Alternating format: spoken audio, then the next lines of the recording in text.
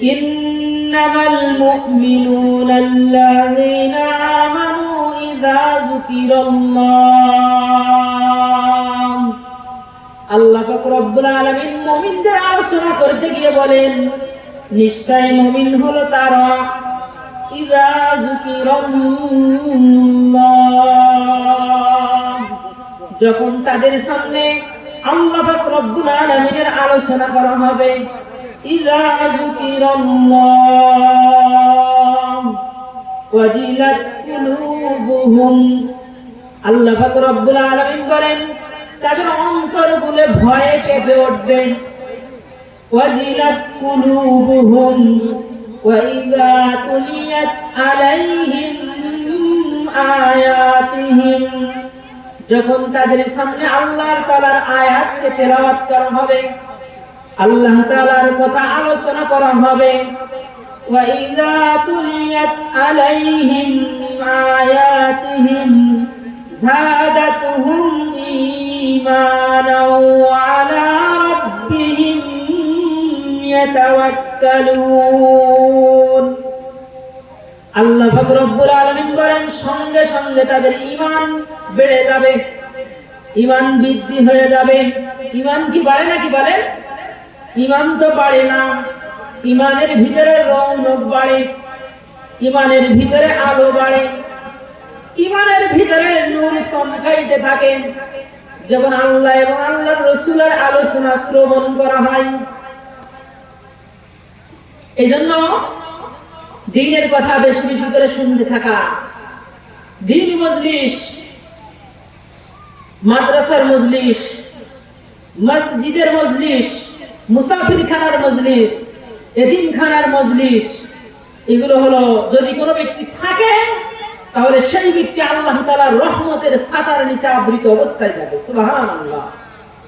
এই অবস্থায় যদি কোনো ব্যক্তি মারা যায় তাহলে সবথেকে ফায়দা হলো যে ঈমান থাকা অবস্থায় আল্লাহ তাআলার দরবারে হাজিরা দেওয়ার সুযোগ হয়।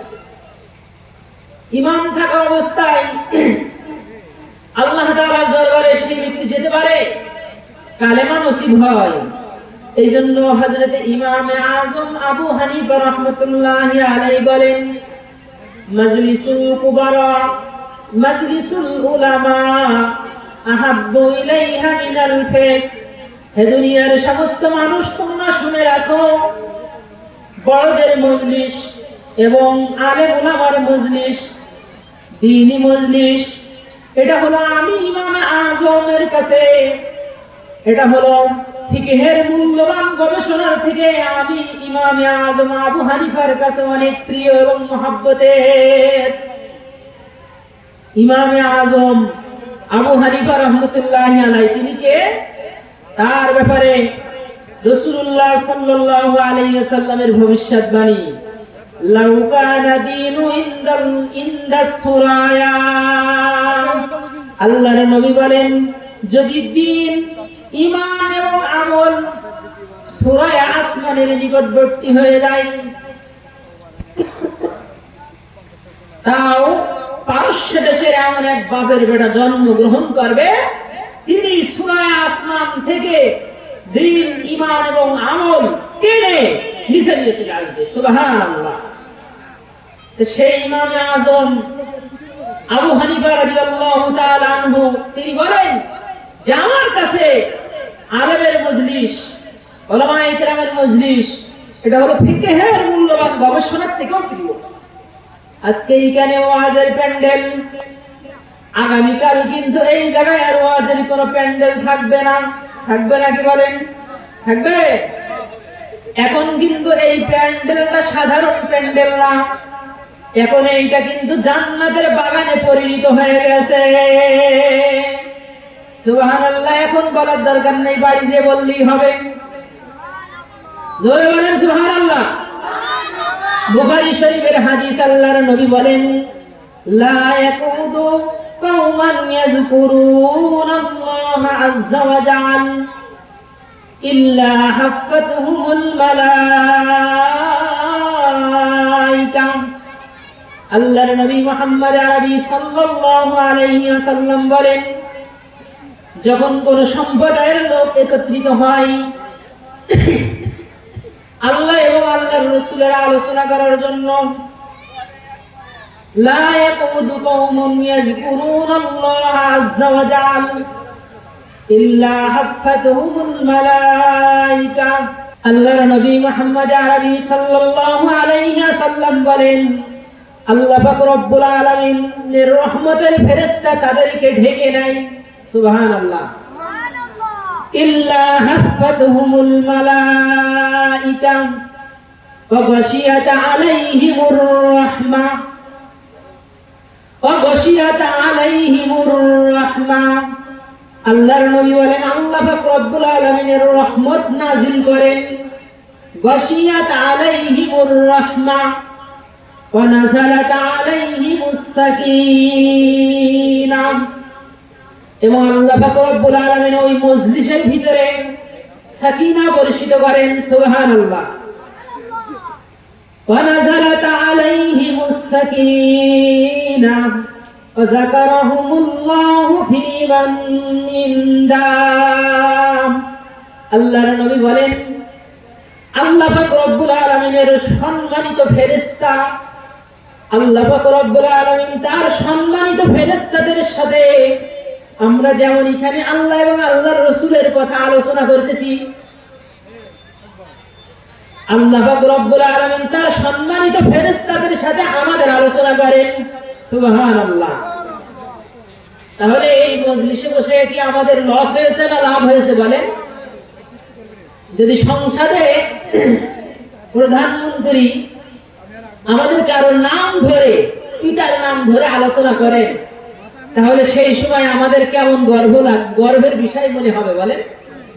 কিন্তু মালিকুল মুলক, বাদশার বাদশাহ, আহকামুল হাকিমিন আমাদের আলোচনা করতেছেন, আর আমরা কেউ ফুচকার দোকানে, কেউ চটপটির দোকানে, কেউ চায়ের দোকানে, কেউ রাস্তায় রাস্তায় ফিল্ডিং মেরে বেড়াইতেছি, তাই না বলেন? এই দুর্ভাগ্যের কারণ। এই জন্য নিয়তকে খালেস করে আল্লাহকে রাজি সন্তুষ্ট করার জন্য কথা বলতেও হবে, কথা শুনতেও হবে। যদি না হয় তাহলে ওয়াজের ময়দান থেকে কোনো উপকৃত হওয়া যাবে না। এই জামানাটা অতি ফিতনা ফাসাদের জামানা। এই ফিতনার কারণে, এই ফিতনায় সমস্ত মানুষ জড়িত। এই ফিতনার ভিতরে আমরা কি করতে পারি? আমরা বেশি বেশি সুন্নতের উপর আমল করতে পারি। কি করতে পারি বলেন? সুন্নতের উপরে আমল করতে পারি। কারণ হাদিস শরীফের ভিতরে আসছে যে ব্যক্তি ফিতনা ফাসাদের জামানায় একটি সুন্নতের উপরে আমল করবে, আল্লাহ তাআলা তাকে 100 গলা কাটা শহীদের সওয়াব দান করবে। সুবহানাল্লাহ। বাইহাকি শরীফের রাত আল্লাহর নবী বলেন, মান তামাসসাকা বিসুন্নতি ইনদা ফাসাদি উম্মতি ফালাহু আজরু মিয়াতি শাহীদ। আল্লাহর নবী মুহাম্মদ আরবি সাল্লাল্লাহু আলাইহি ওয়াসাল্লাম বলেন, যখন কোন বান্দা বান্দি ফিতনা ফাসাদের জামানায় একটি সুন্নতের পরে আমল করবে, আল্লাহ পাক রব্বুল আলামিন 100 গলা কাটা শহীদের সওয়াব তার আমলনামায় দান করবে। লাভ না লাজ বলে? এখন তো সুন্নতের পর কোনো আমল নেই, আছে বলে? সুন্নতকে নিয়ে মানুষ মশকারি করে, টিটকারি মারে, আছে না নেই বলে? সুন্নত নিয়ে যদি কোনো মানুষ মশকারি করে, সঙ্গে সঙ্গে তার ঈমান চলে যায়। সুন্নত নিয়ে যদি কেউ মশকারি করে, ঠাট্টা করে, তাহলে তার সঙ্গে সঙ্গে তার ঈমান চলে যায়। এই জন্য সুন্নতের ঘরে বেশি বেশি আমল করতে হবে। আপনি কিয়ামতের ময়দানে আল্লাহর নবী সাল্লাল্লাহু আলাইহি সাল্লাম বলেন, মান আহাব্বা সুন্নতি ফাকাদ আহাব্বানি ওয়া মান আহাব্বানি কানা মাই ফিল জান্নাহ। আল্লাহর নবী মুহাম্মদ আরবি সাল্লাল্লাহু আলাইহি ওয়াসাল্লাম বলেন, যে আমার সুন্নতকে মহব্বত করলো, ভালোবাসলো, সে আমাকে ভালোবাসলো, যে আমাকে ভালোবাসলো, কিয়ামতের ময়দানে সেই ব্যক্তি আমি নবীর সঙ্গে আল্লাহর জান্নাতে থাকবে। তাহলে লাভ না লস বলেন? লাভ। দুনিয়াতে তো কদর বুঝে আসছে না, কদর তখনই বুঝে আসবে যখন এই দুই চক্ষু বুঝে যাবে, তখন বুঝে আসবে। কিন্তু তখন বুঝে আর কোনো লাভ হবে না। লাভ হবে না কি বলেন? লাভ হবে না। কারণ আল্লাহ তাআলা তো আমল করার মতন সময় দিয়ে আল্লাহ তাআলা আপনাকে আমাকে দুনিয়া থেকে নিয়ে যাবেন। কি বলেন? সময় যায়নি? সময় যে দিয়েছেন আল্লাহ তাআলা, সেই সময়কে কাজে লাগাতে হবে আমাদের। আর দুনিয়া মাজরাতুল আখিরা, দুনিয়া হলো আখিরাতের ক্ষেত, এটা হলো উপার্জনের জায়গা।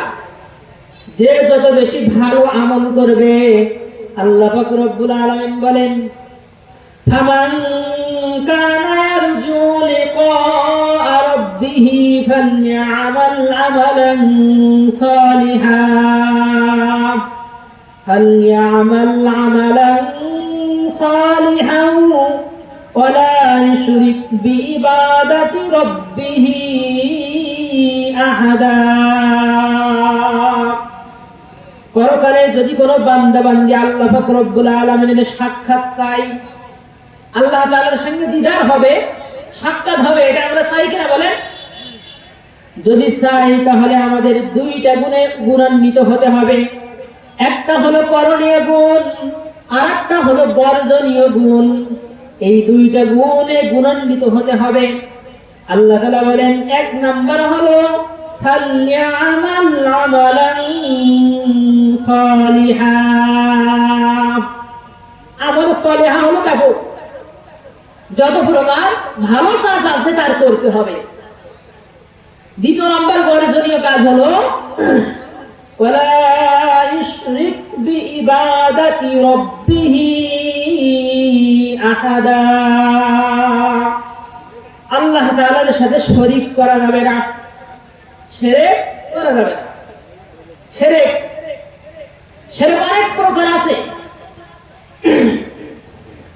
এজন্য সর্বপ্রকার শিরক থেকে আমাদেরকে বেঁচে থাকতে হবে। আল্লাহ তাআলা আমাদেরকে শিরকের মতো গুনাহ থেকে আল্লাহ তাআলা বেঁচে থাকার মতো তৌফিক দান করুক। সকলে বলি আমিন। আমি যে আয়াতটি আপনাদের সামনে তেলাওয়াত করেছি, আয়াতের একটা অংশ, এই আয়াতের মাথা হাতে কয়েকটা কথা আপনাদেরকে শোনাবো ইনশাআল্লাহ। আল্লাহ তাআলা এই আয়াতে কারিমার ভিতরে দুইটা কথা বলেছেন। এই আগের আয়াতের যে অর্থ বললাম, এই একই কথা ফেরাই। আল্লাহ তাআলা বলতেছেন যে তাআনু আলাল বিররি ওয়াত তাকওয়া ওয়ালা তাআনু আলাল ইসমি ওয়াল উদওয়ান।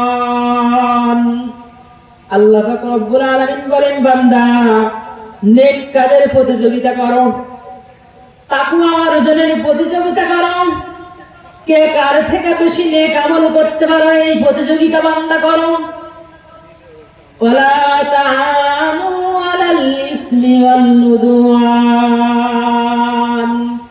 বান্দা সাবধান, বান্দা সাবধান, খবরদার ও বান্দা, গুনাহের প্রতিযোগিতা করিও না। গুনাহের প্রতিযোগিতা কিন্তু তোমরা কেউ করিও না। এখন বর্তমান জামানায় নেক আমলের প্রতিযোগিতা চলতেছে না, গুনাহের প্রতিযোগিতা। হ্যাঁ, গুনার প্রতিযোগিতা চলতেছে। কে কত বেশি গুনাহ করতে পারি, কে কত বেশি অন্যায় জুলুম পাপাচারের ভিতরে লিপ্ত হতে পারি, এই প্রতিযোগিতা কিন্তু আমাদের মাঝে চলতেছে। অথচ আল্লাহ পাক রব্বুল আলামিন বলেন, বান্দা তাআনু আলাল বিররি ওয়াত তাকওয়া। ও বান্দা, নেক কাজের প্রতিযোগিতা করো। সাবধান সাবধান বান্দা, গুনাহের প্রতিযোগিতা কিন্তু করিও না। কারণ নেক কাজের মাধ্যমে আহকামুল হাকিম আল্লাহ তাআলার সাথে সম্পর্ক হয়, আর গুনাহের মাধ্যমে ইবলিসের সাথে সম্পর্ক হয়। গুনাহের মাধ্যমে শয়তানের সাথে মানুষের সম্পর্ক হয়, আর নেক কাজের মাধ্যমে আল্লাহ তাআলার সাথে সম্পর্ক হয়। আপনি একটা গুনাহ করবেন, আপনার অন্তরের ভিতরে একটা কালো দাগ পড়ে যাবে। তিরমিজি শরীফের হাদিস, আল্লাহর নবী বলেন, ইন্নামাল মুমিনুনা ইযা আযনাবা কানাত নুক্তাতুন সাওদাউ ফি কলবিহি। আল্লাহর নবী মুহাম্মদ আরবি সাল্লাল্লাহু আলাইহি ওয়াসাল্লাম বলেন, যখন কোন মুমিন বান্দা একটা গুনার কাজ করে, কানাত নুক্তাতুন সাওদাউ ফি কলবিহি, আল্লাহর নবী বলেন সঙ্গে সঙ্গে ওই ব্যক্তির অন্তরের ভিতরে একটা কালো দাগ পড়ে যায়। একটা গুনার কাজ করার কারণে একটা কালো দাগ পড়ে যায়। কানাত নুক্তাতুন সাওদাউ ফি কলবিহি। এরপরে আল্লাহর নবী বলেন, ফাইন তাবা ওয়া আস্তাগফারা, এরপরে যখন ওই বান্দা বান্দি তওবা করে এবং ইস্তিগফার করে, আল্লাহ তাআলার কাছে মাফ চায়, আল্লাহ আমি তো অনেক গুনাহ করেছি, আল্লাহ এই যে নামাজের ভিতরে যেই দোয়াটা আমরা পড়ি, দোয়ায়ে মাসুরা, এটা কিন্তু একটা ইস্তিগফার। আল্লাহুম্মা ইন্নী যালামতু নাফসি যুলমান কাসীরান, ও আল্লাহ আমি আমার নফসের উপরে অধিক জুলুম করেছি। আল্লাহুম্মা ইন্নী যালামতু নাফসি যুলমান কাসীরা ওয়া লা ইয়াগফিরুয যুনুবা ইল্লা আনতা ফাগফিরলি মাগফিরাতাম মিন ইনদিকা ওয়ারহামনি ইন্নাকা আনতাল গফুরুর রহিম। ও আল্লাহ তুমি ছাড়া তো আমার এই গুনাহ মাফ করনে আলা আর কোন মাওলা নাই। ওয়ারহামনি, তুমি আমার উপরে দয়া করো আল্লাহ। ওয়ারহামনি মাগফিরাতাম মিন ইনদিকা ইন্নাকা আনতাল গফুরুর রহিম, তুমি ছাড়া তো আর কোন দয়া করনে আলা কোন মাওলা নাই। নিশ্চয় তুমি হলো ক্ষমাশীল, নিশ্চয় তুমি হলো মাফ করনেওয়ালা। কত সুন্দর কথা, তাই না? বলতেছেন যে যদি কেউ নামাজের ভিতরে তওবার নিয়তে এই দোয়ায়ে মাসুরা এটা পড়ে, তাহলে এই নামাজের কারণে শুধু সগীরা গুনাহ না, বরং আল্লাহ তাআলা তার সমস্ত কবিরা গুনাহ আল্লাহ তাআলা মাফ করে দেবেন। তা যে কথা বলতেছিলাম, আল্লাহর নবী বলতেছেন যে মানুষ যখন গুনাহ করে সঙ্গে সঙ্গে তার অন্তরের ভিতরে একটা কালো দাগ পড়ে যায়। ফাইন তাবা ওয়া আস্তাগফারা সুকিলা কলবুহু, আল্লাহর নবী বলেন ওই ব্যক্তি যখন ইস্তেগফার করে, তওবা করে, সঙ্গে সঙ্গে আল্লাহ তাআলা ওই কালো দাগটাকে আবার ধুয়ে মুছে পরিষ্কার করে দেয়। রহমতের ফেরেশতাকে বলেন, এই ফেরেশতা ওই ব্যক্তির আমলনামা থেকে ওই কালো দাগটা মুছে দাও। ফাইন তাবা ওয়া আস্তাগফারা সুকিলা কলবুহু ওয়া ইন যাদাত হাত্তা তাআলু। আল্লাহর নবী বলেন যখন ওই ব্যক্তি আবার গুনাহের কাজ করলো, তখন সঙ্গে সঙ্গে আবার অন্তরের ভিতরে কালো দাগ বৃদ্ধি হয়ে গেল। তার মানে একটা গুনাহের কাজ করেছে, অন্তরের ভিতরে একটি কালো দাগ পড়েছে। একটা মিথ্যা কথা বলেছে, একটি কালো দাগ পড়েছে।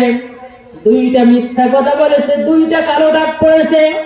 তিনটা মিথ্যা কথা বলেছে, তিনটা কালো দাগ পড়েছে। যত অন্যায়ের ভিতরে লিপ্ত হয়েছে, তত ওই ব্যক্তির অন্তরের ভিতরে কালো দাগ বৃদ্ধি হয়ে গেছে।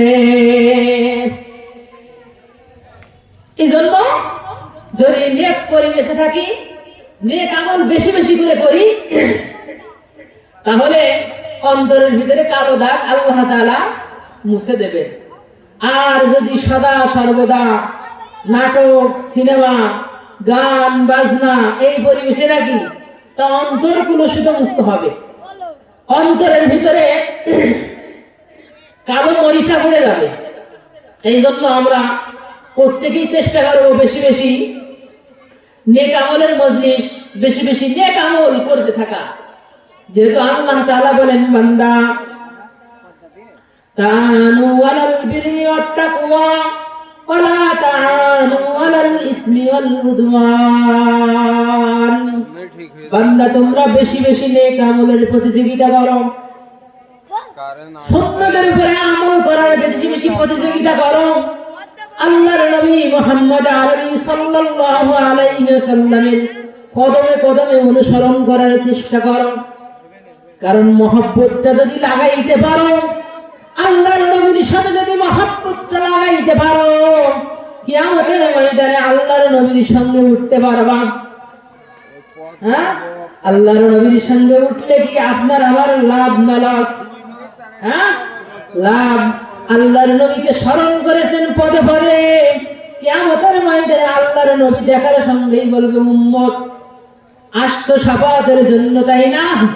দুনিয়াতে তো প্রত্যেকটা কদমে কদমে তুমি আমাকে অনুসরণ করতে। কাসেম নানবী রহমতুল্লাহি আলাইহি এর জামানার একটা ঘটনা, কাসেম নানবী রহমতুল্লাহি আলাইহির জামানার একটা ঘটনা বলতেছি। এই মাওলানা কাসেম নানবী রহমতুল্লাহি আলাইহি তিনি উপমহাদেশের, ভারত উপমহাদেশের জগৎ বিখ্যাত শ্রেষ্ঠ বুজুর্গ এবং বড় আলেম দ্বীন ছিলেন। তিনি এমন একজন মানুষ ছিল যে তার কথা শুনলে সমস্ত বাতিল থরথর করে কাঁপত। এই কাসেম নানবী রহমতুল্লাহি আলাইহির জামানার একটা ঘটনা। এই কাসেম নানবী রহমতুল্লাহি আলাইহির জামানার একজন একটা সাধারণ মানুষ